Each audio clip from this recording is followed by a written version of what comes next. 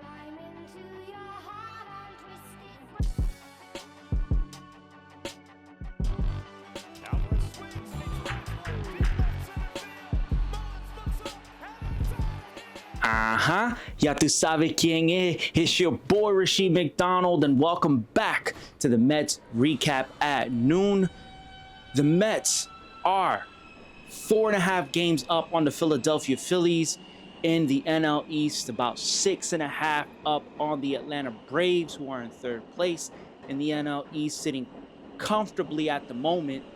But again, it's early in the season. They just finished a wraparound series against the Washington Nationals. 4-game set, started Friday, ended yesterday afternoon, and the Mets split.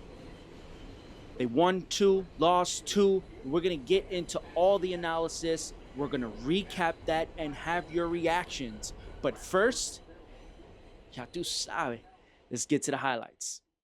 Nationals trying to take a series from the Mets, and they'll rely on an old friend, Trevor Williams. He'll work the first 2 in the bottom of the 6th with the Mets leading 3-0, and Brandon Nimmo, say word, 3-run bomb to put the Mets up 6-0. More on him later. Next inning, Pete Alonso, Polar Bear Pete, continuing to smash baseballs in 2025.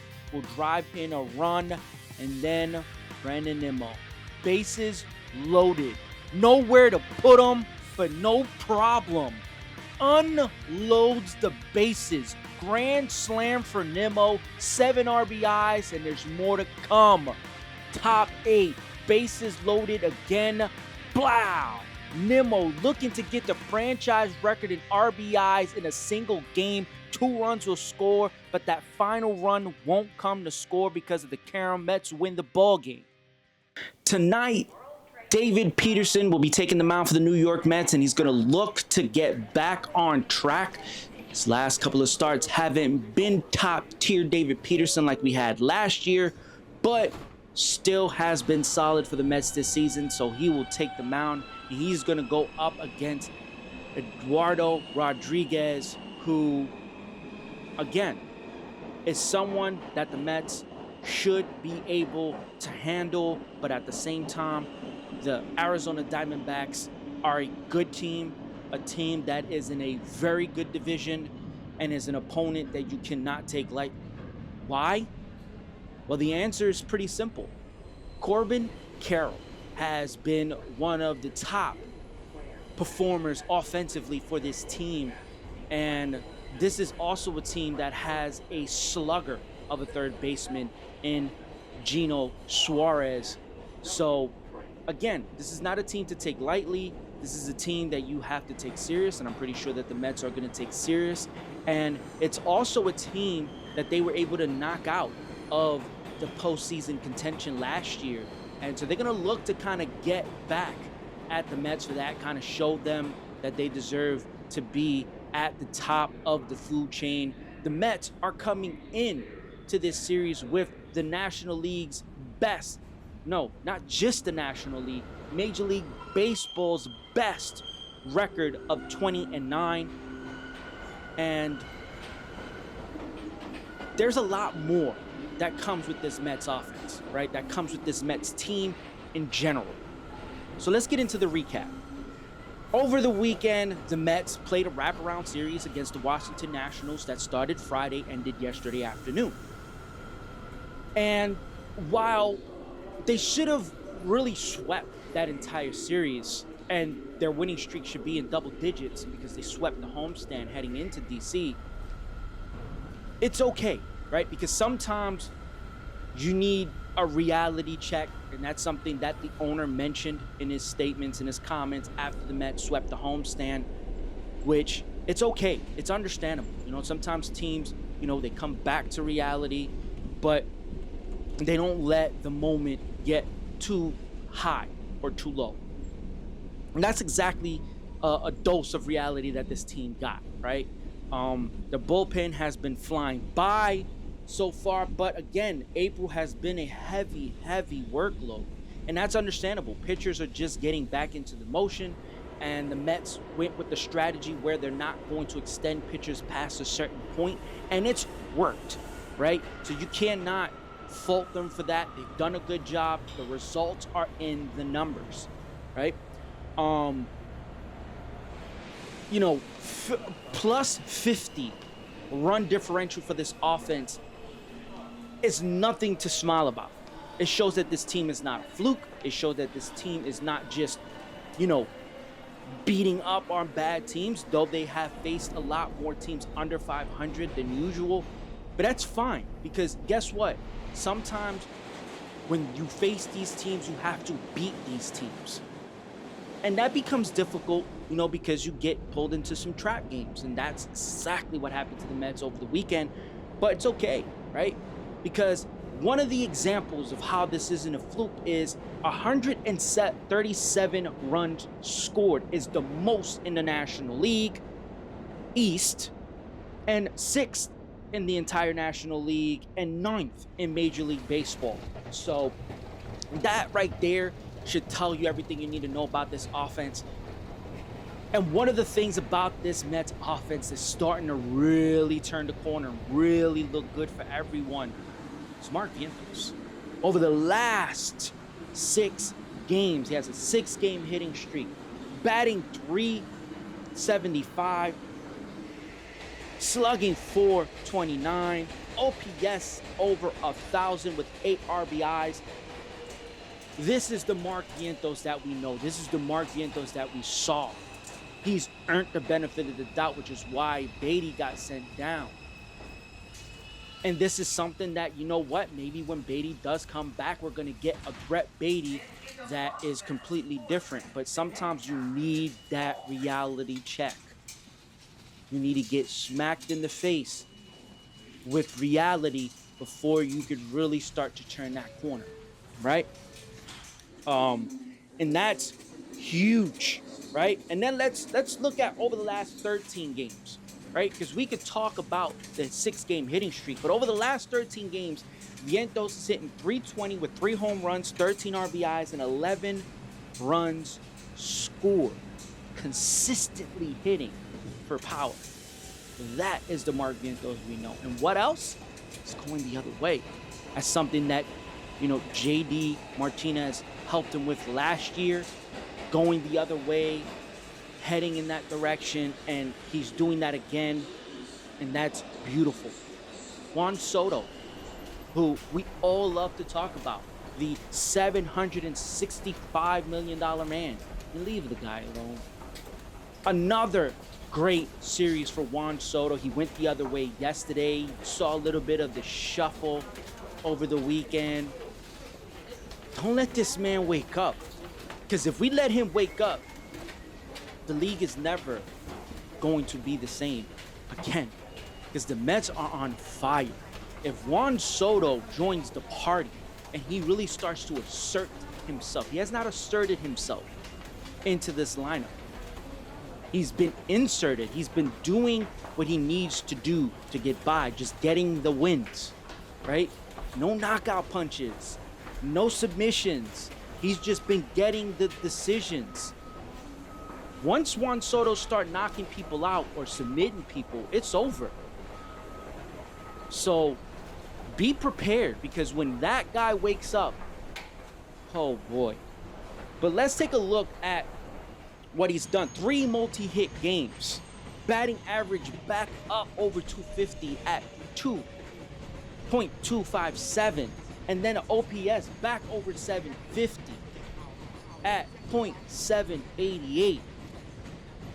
That's just Juan Soto being the best pure hitter in baseball, folks. That's exactly what he does. Even when he's struggling, it's hard to keep him off the bases. And he's not even performing at his best right now. He's not looking loose. He's not looking comfortable yet. He's finding his way into this fray, right? I give him credit, because he's not coming in here trying to be the straw that stirs the drink. He's coming in here trying to find his way into this culture.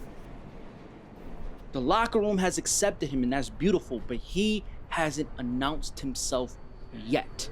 when he does, oh baby, look out. Look out. Brandon Nimmo. We talked about this ad nauseum. We talked about it in the overview for the outfield, where I said last year was an anomaly because think about this, right? Lindor moved into the leadoff spot in the end of May, early June. Brandon Nimmo was in that spot, right?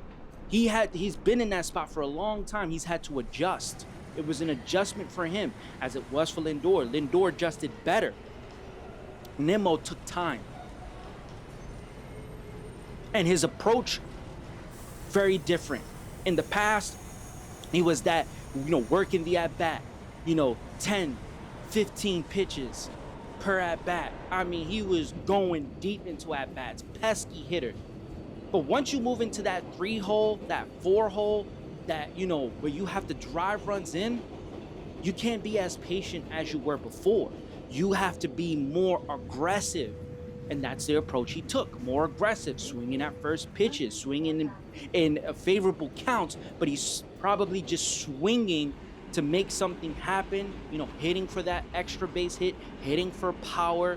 And sometimes that compromises your on base, it compromises walks, it compromises things you used to do as a top of the order guy.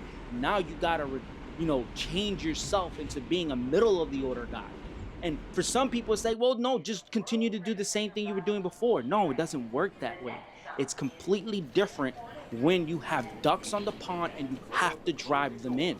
It's different. It's a different mindset. Now, yes, you can stay the same, do this, do that, but no, right? But his savant numbers, those numbers that everybody loved to look at, those told the real story.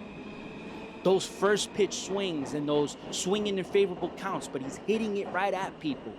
And everything was still consistent. That only told you this. He's just swinging more aggressively. And it's leading to results that doesn't reflect on the batting average.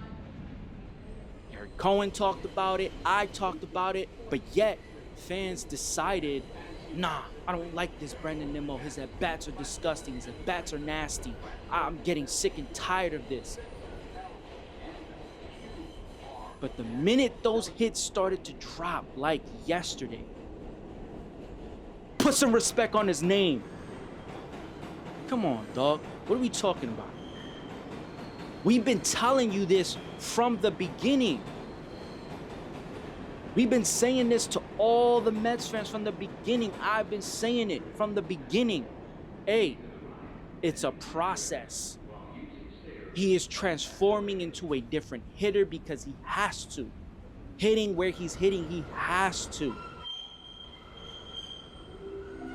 You saw that. 9 RBI game. 3-run home run. Grand slam and a 2-run double. 9 RBIs. Breakout game for Brandon Nimmo. Does that mean he's going to go off today? No. Probably go 0 for 3 with 3 straight line drives at somebody. Does that mean we got to go back to saying, come on, what are we doing? No. Again, like I said, man, we ride together, we die together, man. That's the lifeblood of being a Mets fan. That's the lifeblood of rooting for this team, man. We ride and die with the guys who wear this name, wear this logo in the front. That's what it's about, man. Let's talk a little bit about the bullpen. Really saw some regression for the bullpen in spots where it's just like, an injury happened to AJ Minter, lat muscle. See what that's about. Haven't heard any updates on that. And then Ryan Stanek struggled a little bit. Sometimes those ugly moments find you. This is not a detriment to Ryan Stanek. He's still one of the best relievers in this team. He's still one of the best pitchers in this team. He's one of the aces of the bullpen. So I'm still riding with him. He's still the guy. If he needs to come in and get a save, he's going to come in and get a save. And this all goes back to the pitching lab. This is a league, and a fan base, and a lot of content is built around how a team performs, and a lot of times when teams aren't performing good, coaches lose their jobs. But when a team is performing as good as the Mets are performing, and they're doing as good as they're doing, especially pitching wise, want to see what they're doing pitching wise? Let's talk about it. We're talking about the fewest home runs allowed, fewest earned runs allowed, top tier in opposing batting average, top tier in ERA, strikeouts, and win. I'm sorry, but the disrespect has to be as loud as the apology. So, not saying anybody's disrespected Jeremy Hefner, but he deserves respect over the mere fact that the Mets installed a program that is now starting to turn heads. So when all your favorite pitchers are negotiating with the Mets, or when all these pitchers that are looking to revive their careers are negotiating with the Mets, remember why. His name is Jeremy Hefner. Put some respect on his name. I'm saying that. We got the Mets D-backs tonight. You already know the vibes. Follow the podcast wherever you hear your podcast. Follow us on all the socials. Don't forget to subscribe. Leave a comment. Let me know how you feel about the Mets' 20-9 start. Best record in all of Major League Baseball. Plus, don't forget, this Thursday, we have the great Katie Wu joining us to break down the Mets and Cardinals. We're going to be previewing that series for you. She's going to be joining the Mets Life show because when it comes to the Mets, we always do it right, and it's always for life, baby. Ya tú sabes.